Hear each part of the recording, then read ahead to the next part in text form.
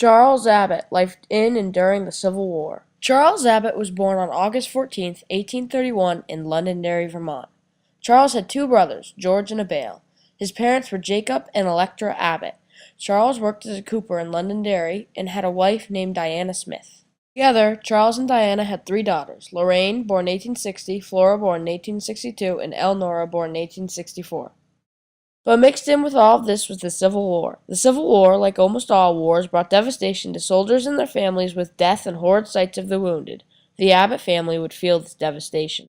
Charles enlisted into the war on December 26, 1863 at age 32. He and Bale both joined the United States Sharpshooters, USSS. George joined the 4th Vermont Infantry. To be a sharpshooter, Charles and Bale had to go through a brutal tryout.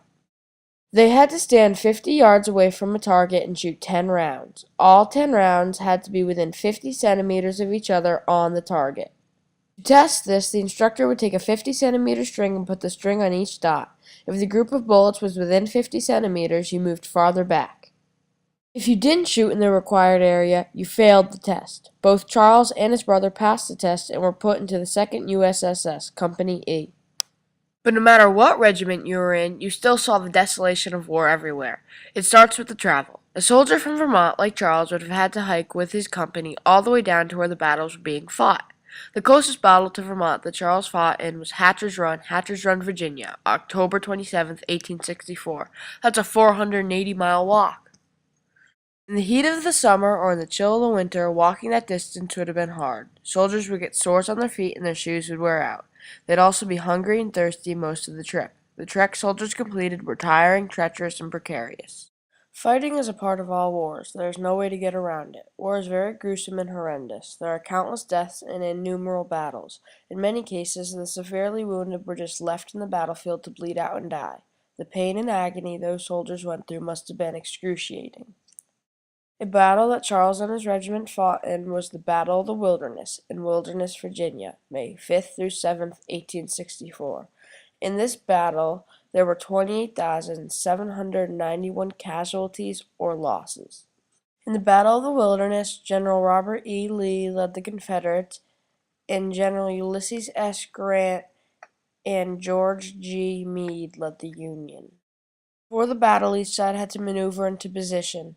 The Confederates went up Orange Plank Road and up Orange Courthouse Turnpike into Wilderness, Virginia to get ready. The Union went down German's Plank Road into the Wilderness Tavern and into Chancellorsville. By both armies moving like this, they set themselves up to be facing each other in a straight line. On May 5th, the battle began. Throughout the day, both sides fought, trying to guide themselves into the woods.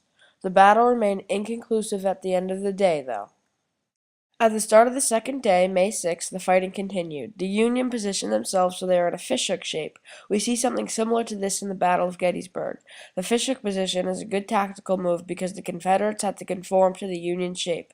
When the Confederates did this, they had to make a larger curve than the Union had to, thus creating thin lines. Meanwhile, the Union's lines were very deep with many soldiers.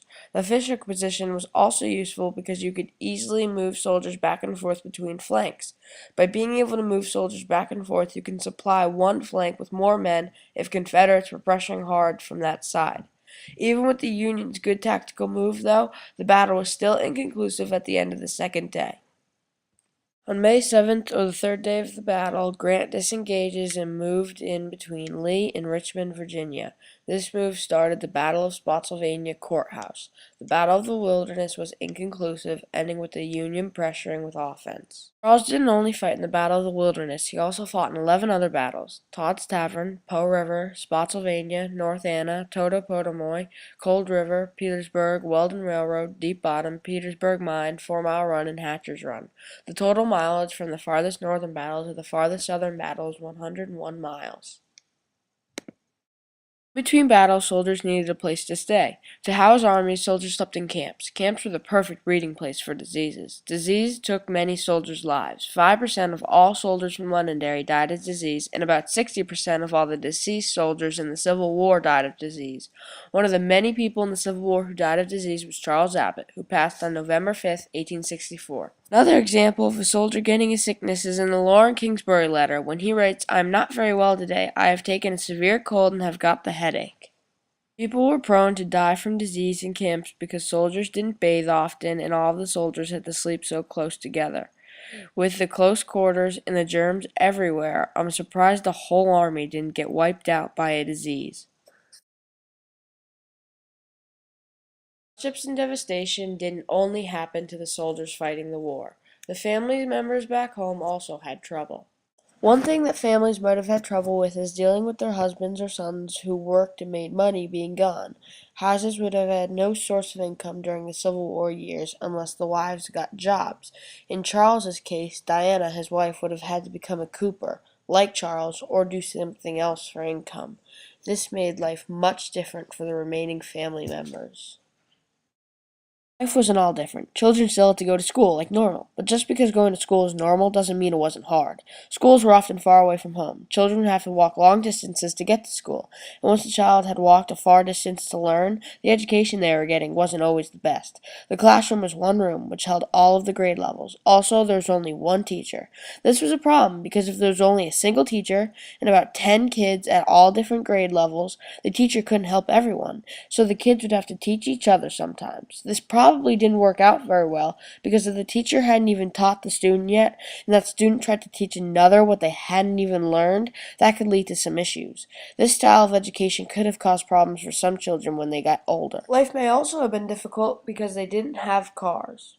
The only way to travel was by horse, boat, or by foot. Because water doesn't travel everywhere and horses were not available to everyone, traveling by foot was the most common way of transportation. To make things worse, most destinations people wanted to go to then were very far away. If someone who lived in Londonderry needed to pick up something in South Londonderry, that trip would take all day.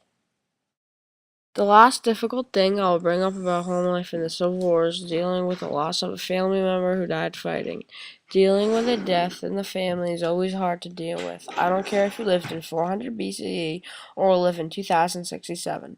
Death is sad. So I can't imagine the kind of devastation someone would have felt back then if a soldier related to them died.